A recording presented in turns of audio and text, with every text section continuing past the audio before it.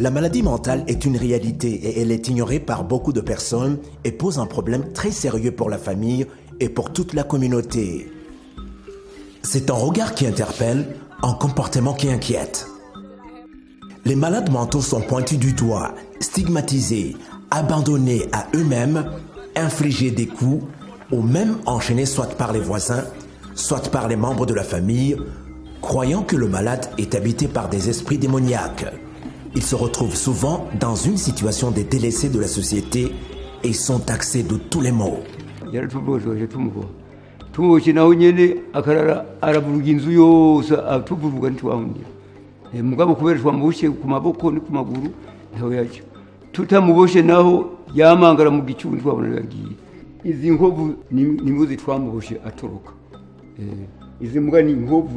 yakubitiwe ikigoma anditwa ikidaho abasukuma yarimo aramenagura inzu z'abasukuma zirimo inkundiye bagize rero uyu baje barakubita bari kwica mu kibano babita urya n'umusazi n'umwehu uwo byashikiye akagira ingorane zo mu mutwe baramutinya kuko hari usanga yafashwe n'indwara zonona mu mutwe cyane gose ugasanga aragwana araterana amabuye ugasanga aronona mw'ico gihe rero ababanyi ntibasubira kumwihanganira.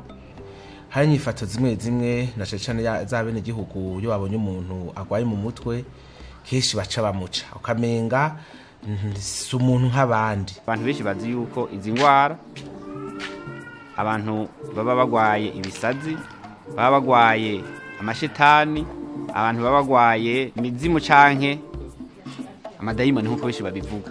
Abantu bene kugwaza badashoka birukira ibitaro, ahubwo abantu babagwayi ubwa mbere batangura kubatwara ubwa mbere mu ahantu mu vyumba vyo gusenga canke bakabatwara kwa rumenyi kugira ngo barabe mu nyuma kenshi ibitaro baza ari nko kubivuvutikira canke dernier recours. Kumuheba baramuheba ugasanga n'umuntu ariko arayerera mu ibarabara kandi yarafise umuryango.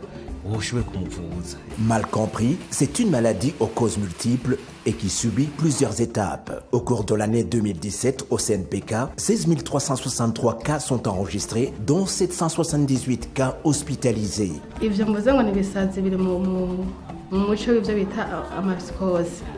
La psychose rero hariho psychose chronique na psychose aiguë.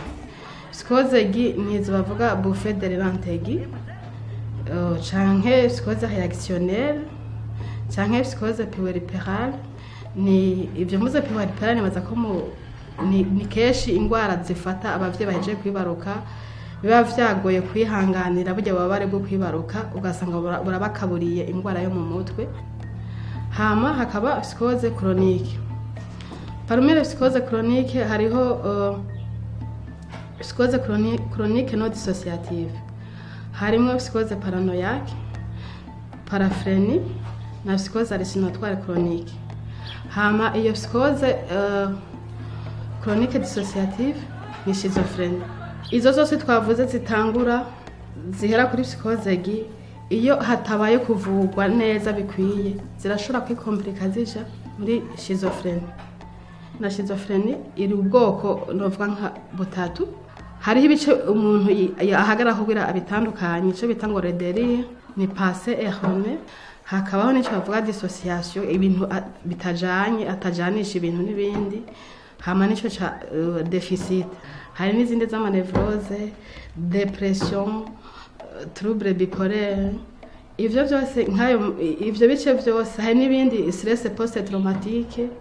Dufatiye muri rusangi izi twita ingwara zo mu mutwe akenshi ziva ibice byinshi kwijana ziva ku bikomere sensereza mutima umuntu aba yaragiye arahura navyo mu buzima bwiwe bwa misi yose. Muri rusange nshobora kuvuga ibikomere sensereza mutima abantu bagiye baracamwo nabyo tuvuze ibikomere sensereza mutima ni urusukirane rw'ivyo bintu bigenda bihahamura ubuzima bw'umuntu buke buke. Hampande y'ivyo bikomere sensereza mutima turashobora gushiramwo n'igice gitonya c'akaronda. Hari n'ibindi bituma abantu bagora mu mutwe bivuye ku kunywa ibiyayura mutwe. Les maladies mentales ne sont pas une fatalité. La prévention et le traitement sont possibles. Ceux qui parviennent à se faire soigner voient leur santé mentale améliorée et peuvent guérir.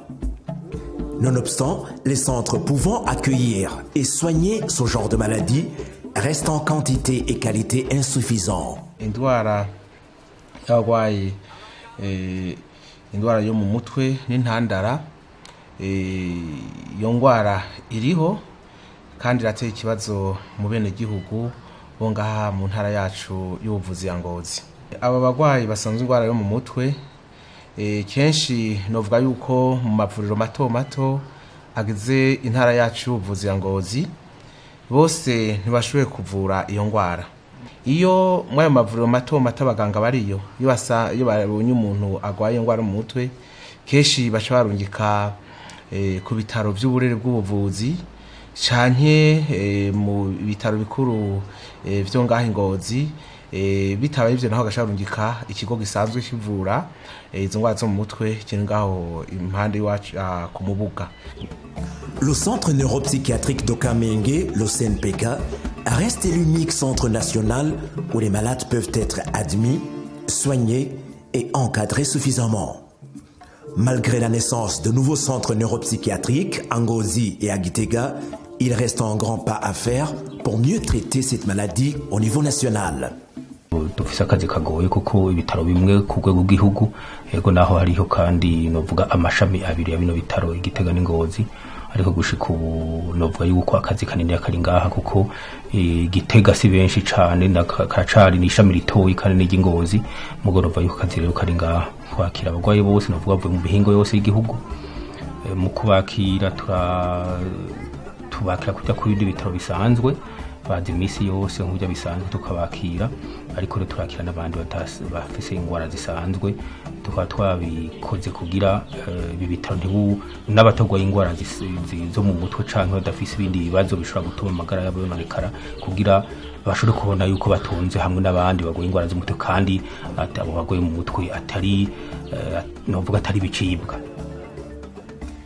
Aho ikigo gisanzwe gikurikirana abagwaye mu mutwe bita kwa Rojanti kibifashijwe n'ishirahamwe mpuzamakungu OIM cyatunganije inyigisho ku baganga n'abaforoma basanzwe bakorera muri ibi bitaro kugira dushobore gufasha abagwayi batwituye kugira tubapfunyire urugendo tutiriwe turabarungika i Bujumbura aho bita kwa Rojanti. Ubu hariho umugambi wo kuvura abantu bagwaye ingwara zo mu mutwe tukabafata cyo kimwe n'abandi hama tukabavura dukurikije ubugwayi umwe wese afise. Hama mu bijanye n'ivyo nyene byo kubakira turafise ishira hamwe yitwa OIM misi yahera n'iryo ryaza rirakura abantu muri communauté ribazana hari n'abizana rero bo nyene canke imiryango yabo ikabazana abo nabo nyene turaseza tukabavura. Si la maladie a été diagnostiquée très tôt, elle se soigne. Ainsi, la personne peut retrouver une vie normale. Jewe ukuntu vyagenze n'ukuntu nakize natanguye kugwara ndi mu mwaka w'12 hari mu mwaka w'2004 amangwara nk'ugwaye malaria ariko uwo mwaka naciye mpeba kw'ishuri hageze mu kwa gatandatu baca barantahana muhira kuko nta wari bwamenye iyo ngwara yariyo. Umuntu yaguma yibaza ko ari malaria akajamo kumenga n'ibindi bintu byo mu Kirundi kubera hari abo muri famille banyitayeho baca baramanuka ni Bujumbura kwa Rojanti. Nsohotse ibitaro ca ndabandanya ndagaruka ni Musongati wacu ndahaza ndabandanya ndafata imiti kuko uyo mwaka sinaje ngusubire ku ishuri ndabandanya mfata imiti ku kwezi ho nari oblige yo kwamamanuka i Bujumbura kugirisha control no kugira ngo nongere basubize bampe uwundi muti kuko hagati mu gihugu nta hantu byashoboka ko umuntu ashobora kuronka umuti. Ivyo biraba umwaka umwe urahera ndi muhira ubundi mwaka ugira kabiri kandi urahera ndi muhira. Ico nakoze jewe narafashe ndandika ikete hanyuma ntivyatevye baciye bambwira bati uragaruka. Boje nca ndasubira ku ishuri uwo mwaka ubuzima bw'amashuri ni kuvuga bwagenze uko ni kuvuga kuri aho muri 2004 niho nafashwe n'iyo ngwara hanyuma nca mpeza amashuri muri 2010 gushikaho nahejeje nkagira formation pédagogique ngaheza nkaronka n'akazi hanyuma ubu nkaba sanzwe nigisha abana muri fondamentale kuva mu w'indwi gushika mu w'icenda ndigisha igifaransa. La plupart de ces malades mentaux errants proviennent des familles pauvres, ils sont des indigents, souvent abandonnés par leur famille, et l'accès aux soins reste un problème majeur, mais aussi ces médicaments sont très chers et souvent indisponibles. Yafashwe mu myaka 13 ndamuzana ngaha naragize ibibazo byinshi arafatwa nta kuntu nigera ntunga gahene nk'abandi muhira cyane ngo ntunge kagurube agatongo naragurishije narahejeje kuko nta kintu nyifise nikora nta nahantu nyifise ntokura gasabune nkanswe amafaranga yo ngaha kwa muganga ni menshi kuko batuburiza imiti zimbye ni menshi cyane. Imiti ivura mwe nizo ngwara irazimvye kandi gatuma ugasanga ni imiti itari subventionné kandi ndakunda kuboneka kenshi. Ugiye mu mafarumasi ayadanaza imiti isanzwe ntufu yironse. Iyo dushaka kwirondera twikora kuri kijya kigo SNPK cyo mu Kamenge. Ivyo vy'imiti rero gacha bihurirana n'ubushobozi bwo kugura cyo bitaro pouvoir d'achat de la population ari nto cyane. Ivyo bisha bituma rero muri nk'ingaruka hacaba ico bita inobservance nuvuga abantu ntibabe bagifashe imiti uko bikenewe hanyuma udafashe imiti uko bikenewe niho havamo kuguma umuntu aremba. Hariho imiryango kubera ukudatahura neza izi ngwara zo mu mutwe, iyo umuntu afashwe n'ingwara yo mu mutwe mu minsi abakigwaye mu mutwe baca baja mu butunzi bw'uwo muntu agwaye mu mutwe bakabugurisha bavuga ko bariko baramuvuza ariko ugasanga amafaranga menshi siyo bamuvuje ahubwo baciye bayirira bo nyene akaza gutora mitende asanga nivyo bandanije kumutunga vyaragurishijwe ivyo bigaca biba muri bimwe bituma ashobora no gusubirirwa agasubira kugwara cyane. Spécifiquement au niveau des psychotropes, il y a des psychotropes qui sont sous le contrôle international par l'Organisation mondiale de contrôle spécial. Ils nous font une autorisation spéciale pour pouvoir acheter ces produits suivant la quantité que nous commandons. Des médicaments chers et parfois indisponibles, la rareté du personnel spécialisé, cette maladie attire l'attention des parlementaires chargés des questions de la santé et commence à prendre conscience du poids que cette maladie a sur la vie socio-économique du pays. Abaganga bamwe twavuganye twabonye ko ari ikibazo cy'indwara zo mu mutwe abaganga ni bake cyane. Niyo mpamvu rero turi muri komisiyo ntiturinjira cyane muri ibyo bibazo ariko icyo kibazo hirya no hino bijanye n'iteko turiko turiga urumva ko n'abashinga amateka ku bijanye na maladie mentale bifuza ko navyo vyotera imbere muri kino gihugu surtout hakaboneka abaganga bijanye n'abantu bagwaye indwara zo mu mutwe kuko biribonekeza ko baguma bagwira binavanye n'ibibazo twagiye turacamwo muri kino gihugu canke n'ibibazo usanga abantu bagenda bacamwo muri kino gihe. Mbo nyakubahwa mushikiranganje tuvuganye yatubwiye ko ari ikibazo nabo bifuza ko cyotera imbere ariko kandi twe twarakibajije kuko hari amashirahamwe menshi des ONG zifuza ko zokorerwa surtout kwinjiza imiti imwe imwe badafitiye uburenganzira bwo kwinjiza. Des actions utiles, bien qu'insuffisantes, sont en train d'être menées dans différents domaines de la santé. De l'administration à l'éducation, tous travaillent d'arrache-pied pour que partout dans le pays, les malades obtiennent les soins et que la population reçoive les méthodes d'intervention comportementale en cas de ces maladies.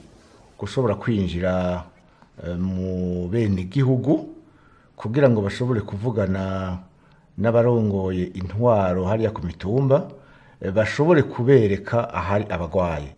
Ikindi turiko turorohereza ababajejwe kuvura indwara zo mu mutwe hari icyo twabemereye ngaha mu ntara ya Rutana twaramaze kubereka icyo no kwita itongo ni kuvuga parcelle bazoshobora kubakamwo ivuriro. Au niveau des ministères, Nous avons entamé beaucoup d'actions pour prendre en charge correctement ces malades. Notamment, nous avons commencé à mettre en place une filière de soins de santé mentale et psychiatrie à l'Institut national de santé publique. L'une des missions principales est de mettre à la disposition du pays en général et du ministère de la Santé publique en particulier des ressources humaines qualifiées et en quantité suffisante. Et on forme en fonction des besoins du pays. C'est pour cela alors qu'on a ouvert cette filière pour pouvoir mettre à disposition du ministère les ressources humaines qualifiées dans ce domaine de la santé mentale et psychiatrie. Nous sommes en train de faire un plaidoyer au niveau du gouvernement pour que ces infirmiers soient embauchés dans différents hôpitaux de district pour prendre en charge ces malades. Les partenaires ne sont pas encore nombreux. L'Organisation internationale des migrations, OIM, est parmi les rares organisations qui interviennent dans le domaine de la santé mentale au Burundi. En 2006, nous avons travaillé avec le CNPK dans un projet où l'objectif était de décentraliser l'accès aux soins mentaux. Nous intervenons également dans le domaine psychosocial parce que quand même c'est deux domaines liés, très liés. C'est ainsi qu'en 2016, nous avons eu à former 600 animateurs sociaux dont leur rôle était de sensibiliser pour la cohésion sociale. Donc nous les avons formés à Makamba, à Bujumbura Mairie et à Bujumbura Rural. Et présentement, depuis 2007, nous avons un autre projet qui touche aussi tout ce qui est psychosocial. On a formé 300 personnes, 300 animateurs à Rumongue, à Lutana et à Gitega. Donc dans chacune de ces provinces-là, nous avons eu à former 100 personnes. L'IOM a développé ici deux projets à niveau psychosocial et santé mentale, l'année 2016 et l'année 2018, dans les différentes provinces de Burundi. Le but du projet, c'était renforcer le niveau d'intégration psychosociale dans les communautés, renforcer la résilience des communautés en rapport aux problématiques sociales, psychologiques et de santé mentale de la population. On a fait ça en collaboration avec les autorités locales et le ministère de la Santé.